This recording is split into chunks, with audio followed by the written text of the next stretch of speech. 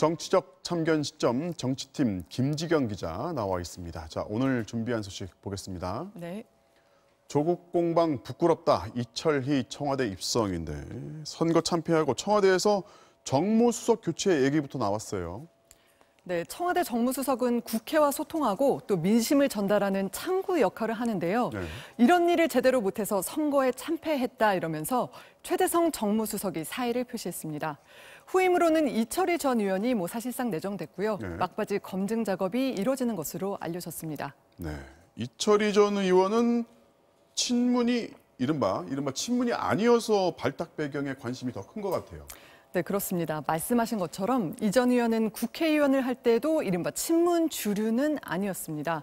지난 2019년에 총선 불출마를 선언할 때는 정치가 조국 전 장관에 대한 공방만 반복하고 있다. 그러면서 부끄럽다고 했었는데요. 네. 그때 말한 불출마 이유 들어보시죠. 네. 국정감사가 시작되고 오늘까지 저는 단 하루도 부끄럽지 않은 날이 없었습니다. 오늘도 저는 부끄럽고 좀 창피합니다. 누구를 탓하려고 하는 말이 아닙니다. 부끄러워서 법사위원 못하겠고요. 창피해서 국회의원 못하겠습니다. 네, 특히 여야가 바뀔 때마다 180도 돌변하는 여야의 내로남불도 싸잡아서 비판했습니다. 이어서 들어보시죠. 네. 2년 만에 여야가 바뀌었습니다. 조국 장관 동생 영장이 기각되자 우리 당은 적절한 판단이라고 했습니다. 야당인 한국당은 사법부의 수치라고 했습니다. 이게 뭡니까? 그래서 저는 창피합니다. 그러니까 여권을 향해서 쓴소리를 할 수 있는 여권 인사라는 게 참모로 발탁된 배경이라고 봐야겠죠. 네, 지난 재보선에서 나타난 민심, 결국 강성 지지층만 바라보는 일방적인 국정 운영에 대한 심판이다. 이런 해석이 적지 않습니다. 네. 여기서 문 대통령이 발탁한 배경을 짐작해 볼 수 있는데요. 네. 이철희 전 의원이 쓴소리도 마다하지 않는 정무수석의 역할을 제대로 할 수 있을지 이건 좀 지켜봐야 할 것 같습니다. 네, 다음 소식 보겠습니다. 건방진 안철수, 더 건방진 김종인인데 선거 끝나고도 양쪽의 비난전이 끝나질 않아요.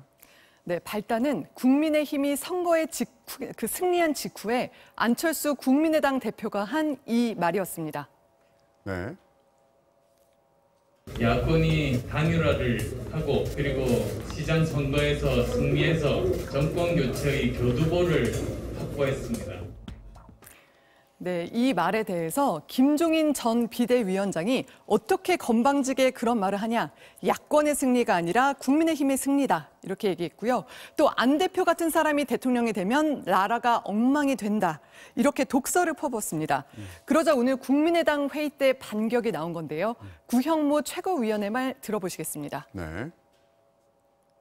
야권은 오로지 국민의힘만 있다는 오만불손함과 국회 정치인의 표본이며 국민에게 매우 건방진 행동입니다. 사실 애초에 국회의원 시절 뇌물수수로 징역형을 받아 의원직이 박탈된 범죄자 신분이었으니.